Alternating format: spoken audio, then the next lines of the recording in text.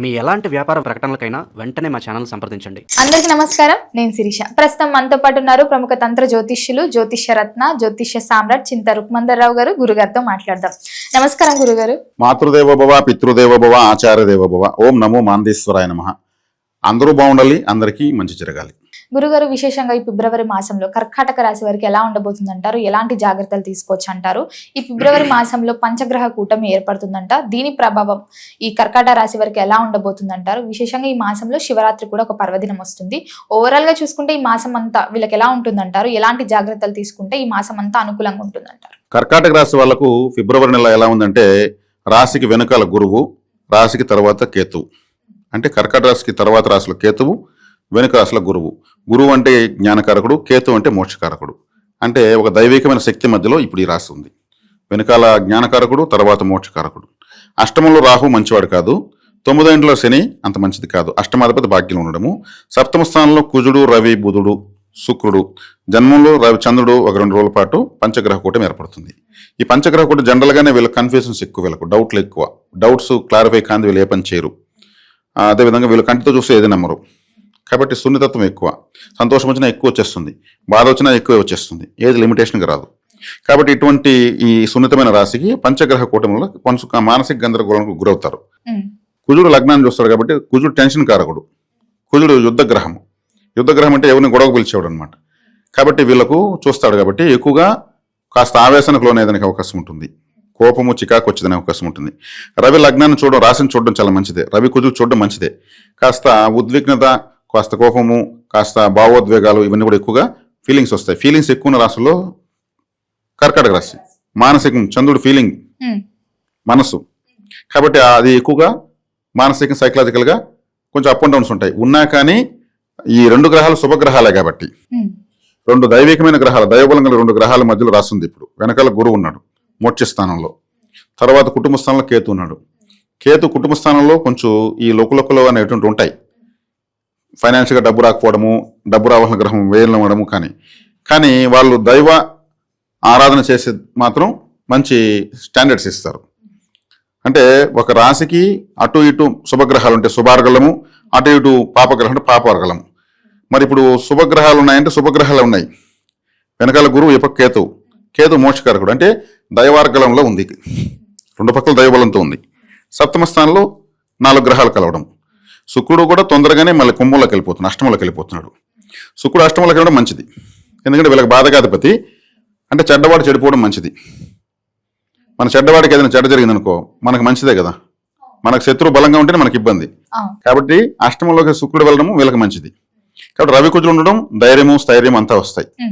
అదేవిధంగా బుధుడు ఉన్నాడు కాబట్టి కొంచెం ఇంటెలిజెన్స్ పనిచేస్తుంది. ఎందుకంటే డాక్యుమెంట్స్ అనే ప్రాబ్లం ఎక్కువ వచ్చేది కర్కాటక రాశి వాళ్ళకే.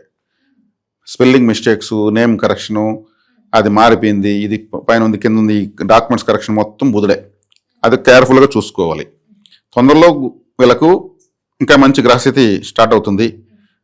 అప్పటి వరకు కొంచెం ఇప్పుడు శుభాశుభ మిశ్రమంగా యావరేజ్గా ఉంది ఈ మాసం. ఇంకా శివరాత్రి ఉంది కాబట్టి, శివరాత్రి అంటే ఇప్పుడు శివుడికి సోమవారమే విశేషం.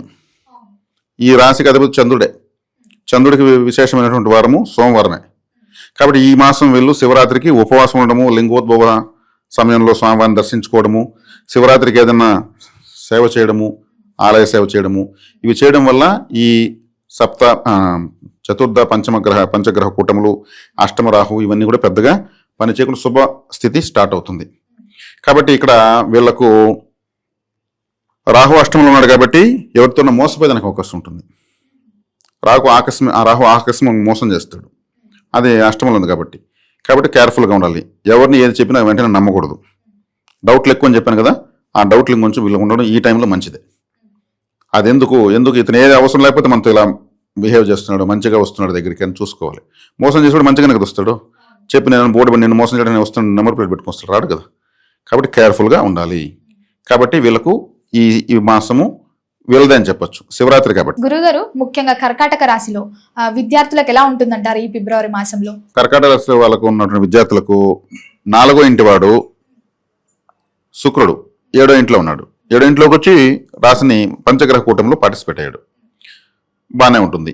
అదేవిధంగా విద్యాకారకుడైనటువంటి బుధుడు కూడా పంచగ్రహ కూటమిలో ఉన్నాడు, సప్తమ కేంద్రంలో ఉన్నాడు. అంటే రాశిని వీక్షిస్తున్నాడు కాబట్టి విద్యార్థులకు బాగానే ఉంటుంది.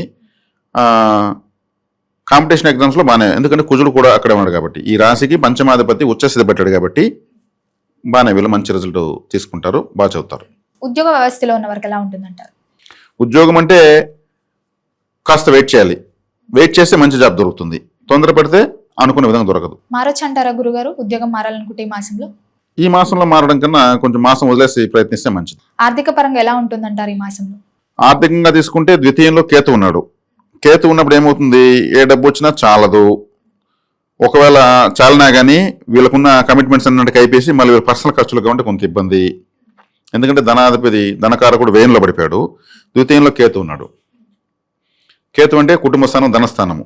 అంటే ద్వితీయ స్థానం బ్యాంక్ పాస్బుక్ కూడా అర్థం అనమాట.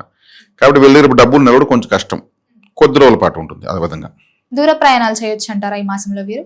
దూర ప్రయాణాలు అంటే 12వ స్థానాధిపతి 7వ ఇంట్లో ఉన్నాడు, చేయొచ్చు. ఆరోగ్యపరంగా ఆర్థిక పరంగా ఎలా ఉంటుందంటారు? ఆర్థికంగా తీసుకుంటే అష్టమంలో రాహు ఉన్నాడు, కొన్ని నష్టాలు వచ్చేందుకు అవకాశం ఉంటుంది. రకమని ఎవరు నమ్మకూడదు. రాహు వచ్చే కాడికి మోసం చేసేదానికి వచ్చే వాళ్ళు ఉంటారు, అది నమ్మకూడదు. ఇంకా ఆర్థికంగా తీసుకుంటే వచ్చినట్టు సరిపోయేటువంటి పరిస్థితి ఉంటుంది. అది కొద్ది రోజులు నడుస్తుంది. అట్లా కొన్ని చీటీస్ ఉంటాయి, కొన్ని ఇన్స్టాల్మెంట్స్ ఉంటాయి. ఇట్లా కొన్ని పెట్టుకుంటే ఒక 4 నెలల పాటు నాకు ఏ డబ్బు మిగలదు, 4 నెలల తర్వాత నాకు అన్ని కొన్ని క్లోజ్ అయిపోతాయి అనేటువంటి వాతావరణం వీళ్ళకి ఇప్పుడు ఉంటుంది. రాజకీయ రంగంలో ఉన్న వరకు ఎలా ఉంటుందంటారు ఈ మాసంలో? రాజకీయ రంగం బాగానే ఉంది, ఎందుకంటే రవి కుజులు రాశిని చూడడము మంచిది. రాజకీయంగా తొందరలో రాహు అష్టమం నుంచి వదులుతాడు కాబట్టి రాహు కూడా సప్తమంలోకి వస్తాడు కాబట్టి రాజకీయంగా వ్యూహాత్మకంగా పోగలిగేదానికి బలం ఉంటుంది. ప్రేమికులకు ఎలా ఉంటుందంటారు గురుగారు ఈ మాసంలో? ప్రేమికులకు తీసుకుంటే వీళ్ళు కొంచెం కేర్ఫుల్గానే ఉండాలి.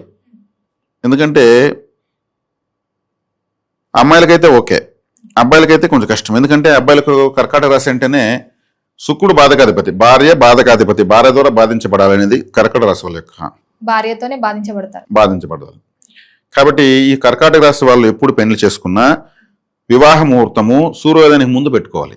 భర్తలు మొదటి రాత్రి పాల గ్లాస్ తీసుకోకూడదు, జ్యూస్ తీసుకోవాలి. ఎందుకంటే బాధించబడతారు కాబట్టి అది బ్యాలెన్స్ అవుతుంది. ప్రేమానురాగాలు బాగుండాలి కదా. అది అబ్బాయిలైతే వాళ్ళ తల్లి అక్కడ దాంట్లో ఇటువంటి విషయాల్లో ప్రముఖ పాత్ర వహిస్తారు కాబట్టి చెప్పి దాని సాంప్రదాయాన్ని మార్చాలి, అది చేసుకోవాలి. లేదు కోడలు చెప్పినట్టు కొడుకులు అనుకుంటే సూర్యోదయంతో పెట్టి చేయొచ్చు, ఎట కావచ్చు. అప్పుడు తన భార్య చెప్పినట్టు తను వింటూ ఉంటాడు, డామినేట్ చేస్తుంటే చూస్తూ ఉంటారు, అంతే. విదేశీ యోగం ఉందంటారా గురుగారు? విదేశీ యోగం ఇప్పుడు వద్దండి, ఎందుకంటే రాహువు దానికి కారకుడు, అష్టమంలో ఉన్నాడు. గురువు వ్యయంలో ఉన్నాడు, విదేశాల ప్లేస్లో.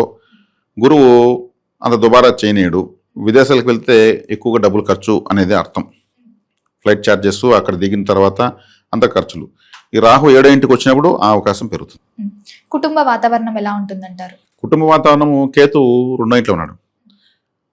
కేతు 2వ ఇంట్లో ఉన్నప్పుడు కుటుంబ వాతావరణంలో అంత అనుకూలతనివ్వడు. అంటే తల్లైన గ్రహం కదా, ఆ గ్రహం ఎక్కడ ఉంటే అక్కడ ఆ కారకత్వాలు లేవని అర్థం. కేతు ఎక్కడ ఉంటే ఆ రాశి సంబంధించి అక్కడ లేదని అర్థం. శని ఎక్కడ ఉంటే అక్కడ ఎఫర్ట్ ఉందని అర్థం. కాబట్టి ఈ కేతు మారాలి. కాబట్టి కేతు మారకుండా పోయినా మన ఫలితం రావాలంటే విఘ్నేశ్వర ఆరాధన, సుబ్రహ్మణ్య ఆరాధన చేస్తే రిజల్ట్ తీసుకోవచ్చు. గురుగారు మరి ముఖ్యంగా ఈ మాసం అంతా కలిసి రావాలంటే ఏ దైవాన్ని పూజించమంటారు? ఎలాంటి పరిహారాలు చేసుకుంటే వీరికి కలిసి వస్తుందంటారు? సూర్య నమస్కారాలు చేయొచ్చు, ప్రదోషకాల నంది సేవ చేయొచ్చు. ప్రదోషకాల నంది సేవ అంటే సాయంత్రం దీపాలు పెట్టేటప్పుడు వెళ్ళి నంది సేవ చేయొచ్చు. చేయడం వల్ల అంటే సూర్యోదయం అప్పుడు సూర్య నమస్కారాలు, సూర్య అస్తమయం సమయంలో నంది సేవ చేయడం వల్ల వీళ్ళకి విశేషమైన ఫలితం అయితే ఖచ్చితంగా ఉంటుంది. గురుగారు మొత్తం మీద ఫిబ్రవరి మాసంలో కర్కాటక రాశి వారికి ఎలా ఉండబోతుంది, ఎలాంటి జాగ్రత్తలు తీసుకోవాలో తెలియజేసినందుకు ధన్యవాదాలు.